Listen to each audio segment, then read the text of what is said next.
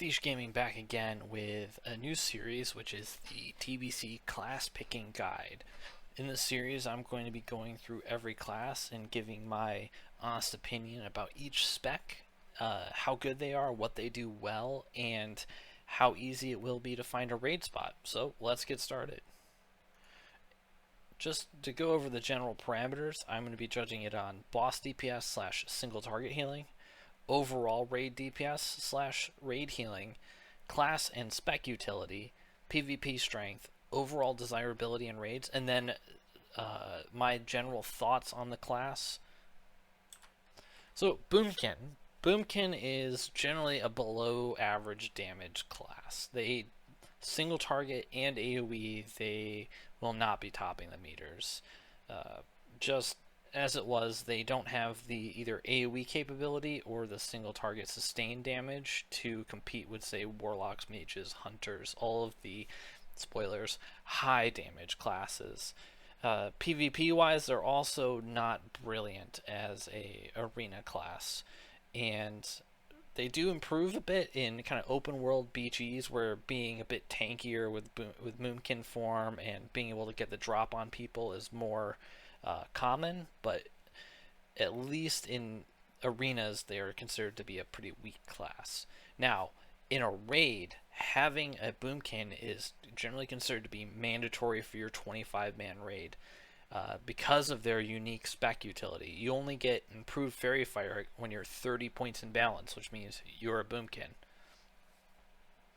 Insect Swarm is another unique utility. You can have a Resto Druid do it, but it's really annoying for a Resto Druid and not as annoying for a Boomkin. And it's just, on average, a 2% reduction in boss damage taken. It works on mobs as well, but this is lesser than the improved Fairy Fire, but you can imagine that improved Fairy Fire will just be something you keep up all the time. As far as the unique class utility, I'm just going to cover these briefly. The Innervate and Rebirth. Rebirth, as you might imagine, is super useful, especially when you're bringing back 1/25th of the raid rather than 1/40th.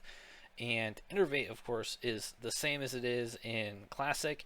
Huge mana boost. This can really get your healers through a tough fight, or allow a DPS to continue pumping beyond what they could normally do. Overall, I think Boomkin is actually a pretty safe choice, especially if you're more of a supportive player but you don't want to play a healer. They generally aren't that popular. Just in Classic in general, they're one of the least popular classes, and the lower damage turns a lot of players off from picking Boomkin. But seeing as how they're basically a requirement, there will be a lot of people looking to pick up a Boomkin, more so than there are Boomkins currently available. So this is a pretty safe bet if you're looking for a raid spot where you don't have a lot of competition, and you can be useful even if your damage isn't necessarily top tier. Feral. Feral's a completely different beast, pardon the pun. They are the boss damage tank. So their boss damage is above average for a tank. Total raid damage is about average, kind of in between the other two tanks. Their unique spec utility is good, but it's only party-wide. It's good for that party, 5% critical chance, especially good in a hunter stack party, but once again, it only applies to the party. It isn't something they're giving to the whole raid like a Boomkin. Their PvP strength is generally considered to be low. They are not the best PvPers.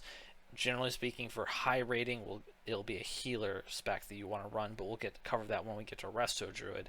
They are very desirable as an off-tank early on, and as a main tank when we get into later content. They may even replace Warriors and Sunwell for 2 total raid spots.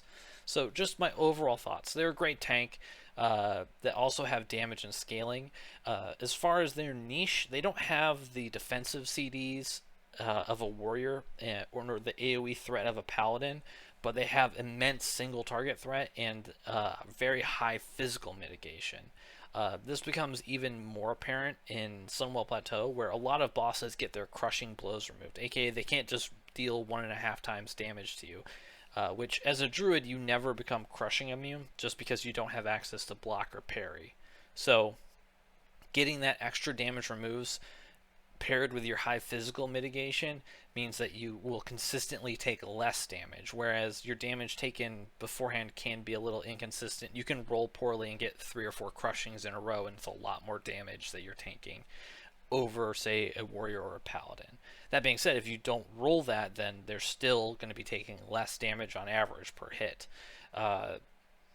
So as far as their DPS, feral DPS spec, it's not really a standalone spec, and its strength is not that it's a standalone spec. You can edge out some of the medium low DPSers, so Boomkin, Shadow Priests, those kind of other utility specs. You can beat them as a feral druid, especially if you, or only if you know how to power shift and you can do it well. But really the benefit to a feral druid is that the spec for DPS and tanking is the same spec. So if there's a fight where you only need one tank, then the most useful off tank is one who can just DPS and do a good job during that time. So this is probably the best spec for someone that wants to tank and wants the DPS and wants to be able to flex between the two. And you also have the benefit that later on you become a really, really good tank up to main tank status. As far as the unique spec utility, I mentioned the 5% crit. This applies to pets, so it's really good in Hunter's Group because they want pet crit, and there's not very much in this game that gives it to them. And they have Innervate and Rebirth, which I already discussed. Resto Druid.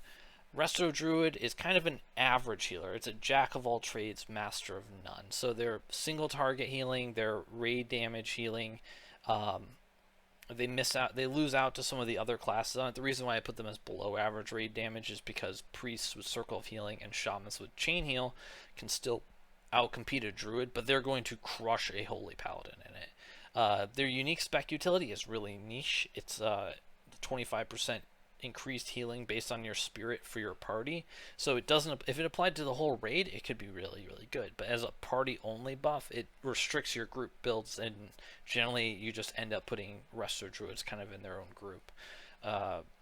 That being said, their PvP strength is very high, and they are arguably the best PvP healer in TBC. I'm sure you've heard Druid Warrior, Druid Rogue, Ret Druid, all kinds of things as far as twos comps that you can do with druids. They are the key to that, to those twos comps, and really just you are generally considered to be some of the most survivable, CC heavy, tanky, mobile healers in arenas, and that's really what people will know druids for, is being great arena healers.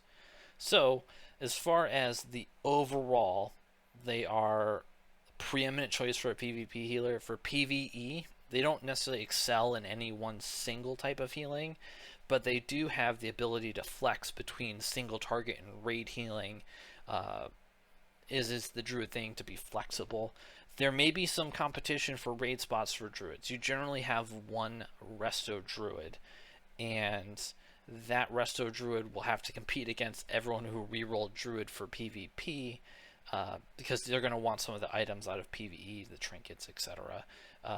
However, Druid is right now one of the least popular classes, and while there may be mass migration to change that, it at least gives you a leg up on, say, Warriors, which are one of the most popular.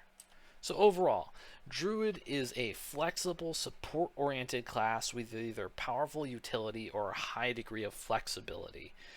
Arguably one of the best PvP healers, a great tank that becomes, once again, arguably one of the best tanks as the expansion progresses, and generally a below-average DPS carried by utility and the ability to flex to a more supporty role. At least this shouldn't be too difficult to find a raid spot, especially if you're Feral or Boomkin. Resto may have a little bit more challenge in this regard, but not as much as some of the more popular classic classes. So that covers Druid. I'm going to be going over Hunter in the next video, which should be out shortly. Anyways, thanks for watching, and if you have any comments, leave them below. I'm happy to hear any critiques, or if you have experience with these classes and think I might have gotten something wrong, I'd love to hear it. So anyways, till next time, bye.